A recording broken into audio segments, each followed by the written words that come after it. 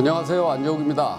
지난 한 주 건강하셨습니까? 오늘은 독점과 관련하여 많은 사람들이 오해하고 있는 약탈적 가격에 대해 설명하겠습니다. 약탈적 가격이란 경쟁 기업을 몰아내기 위해 가격을 아주 낮게 책정하는 것을 말하죠. 그렇게 하여 독점적 지위를 얻고 그 독점력을 이용하여 다시 가격을 올려 소비자를 착취한다는 것입니다. 그렇기 때문에 정부가 기업의 이런 행위를 규제해야 한다고 합니다. 경쟁적인 시장에서 과연 이런 약탈적 가격이라는 것이 존재할 수 있을까요? 말은 그럴 때 보이지만 실제로 존재하기 어렵고 존재한 적도 없습니다. 우선 어떤 기업이 경쟁자를 시장에서 몰아내기 위해서 가격을 아주 낮게 책정한다면 낮아진 가격으로 인해 소비자는 이익을 볼 것입니다. 문제는 낮아진 가격으로 경쟁자가 시장에서 퇴출된 이후 그 기업이 다시 원래 혹은 원래의 가격보다 더 높게 가격을 책정할 수 있겠는가 하는 점이죠. 그런데 실제로 그 기업은 다시 가격을 올릴 수 없습니다. 만약 가격을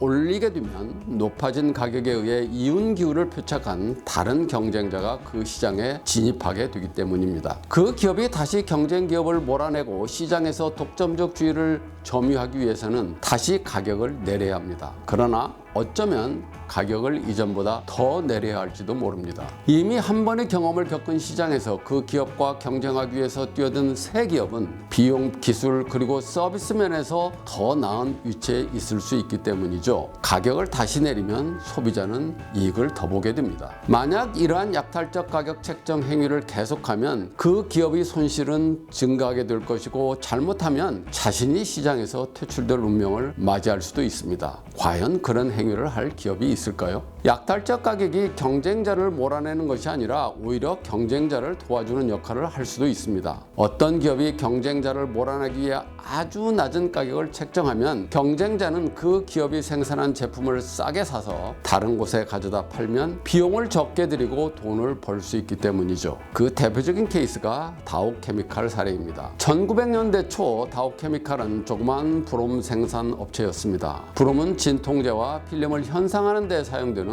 화학약품입니다. 당시에 세계 화학약품 시장을 지배하고 있었던 것은 독일이었습니다. 화학약품을 생산하고 공급하는 업체는 전 세계적으로 드물었죠. 단지 미국만이 독일의 경쟁자로서 떠오르고 있었습니다. 그런데 독일에 비하면 비교할 수 없을 정도로 영세하였죠. 다우케미칼과 오하이오강을 따라 포진하고 있던 몇몇 중소업체가 브롬을 미국 내에서만 팔고 있었을 정도였으니까요. 당시 약 30개의 독일 기업이 모여 독일 브롬 연합이란 카르텔을 만들었습니다. 독일 브롬 연합은 브롬 가격을 파운드당 49센트로 책정하여 많은 이윤을 얻고 있었죠. 다우케미칼과 다른 미국 회사들은 미국에서 36센트에 브롬을 팔고 있었습니다. 독일 브롬 연합은 만일 미국 기업들이 미국이 아닌 다른 곳에서 브롬을 팔려고 한다면 자신들이 브롬을 미국 시장에 값싸게 공급하여 미국 기업들을 시장에서 몰아내겠다고 협박하였습니다. 자신들은 세계 시장을 대상으로 장사할 터이니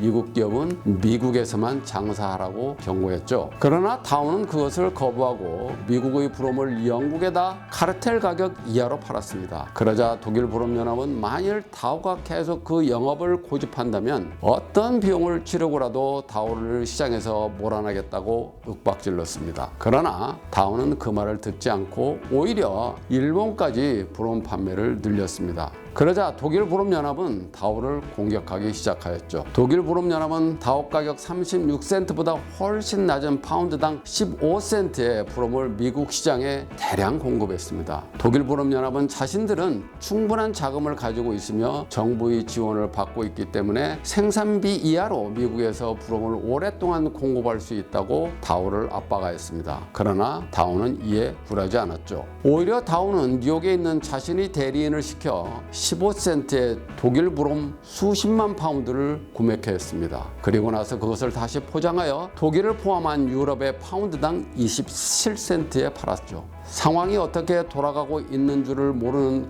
독일 카르텔은 다우가 퇴출되지 않자 미국 가격을 12센트, 10센트로 계속 내렸습니다. 한편 다우는 계속 값싼 브롬을 사서 유럽에 27센트에 계속 판매하였죠. 이러한 판매 때문에 독일 브롬 연합은 세계 가격을 낮추지 않을 수 없었습니다. 이것은 독일 카르텔의 자원을 더욱 고갈시켰죠. 그와는 반대로 다운은 외국 판매량을 늘려나갔습니다. 브롬 생산의 가동률을 최고로 높였죠. 다운은 독일 브롬연합의 희생 덕분에 많은 이익을 얻었습니다. 마침내 사태를 파악한 독일 브롬연합은 다와 협상하였죠. 독일은 미국에서 브롬을 판매하지 않기로 하고 다운은 독일에서 판매하지 않기로 양자가 합의를 했습니다. 그리고 세계 다른 지역은 자유경쟁하기로 하였죠. 브롬 전쟁은 그렇게 끝이 났습니다. 그러나 브롬 가격은 낮아졌죠. 덕분에 소비자들의 이익은 증가했습니다. 브롬 전쟁을 통하여 다운은 많은 자본을 확보할 수 있게 되었습니다. 그 자본으로 사업을 확장하였고 다른 시장에서 독일과 경쟁할 수 있게 되었습니다. 다운은 염료 산업에 진입하였죠. 당시 지배적인 독일 염료 카르텔보다 싸게 인디고를 생산하기 시작했습니다. 제1차 세계대전 기간 동안 아스피린, 프로케인, 페놀 그리고 아세트 안하이드라이드 등을 독일보다 더 싸게 공급하였습니다. 다우케미칼 사례에서 보듯이 약탈적 가격은 결코 경쟁자를 몰아낼 수 있는 방법이 아닙니다. 자유경쟁 시장에서는 끊임없이 잠재적 경쟁의 압력을 받기 때문에 기업은 결코 독점적 주의를 누릴 수 없습니다. 어느 한 기업이 가격을 인하하면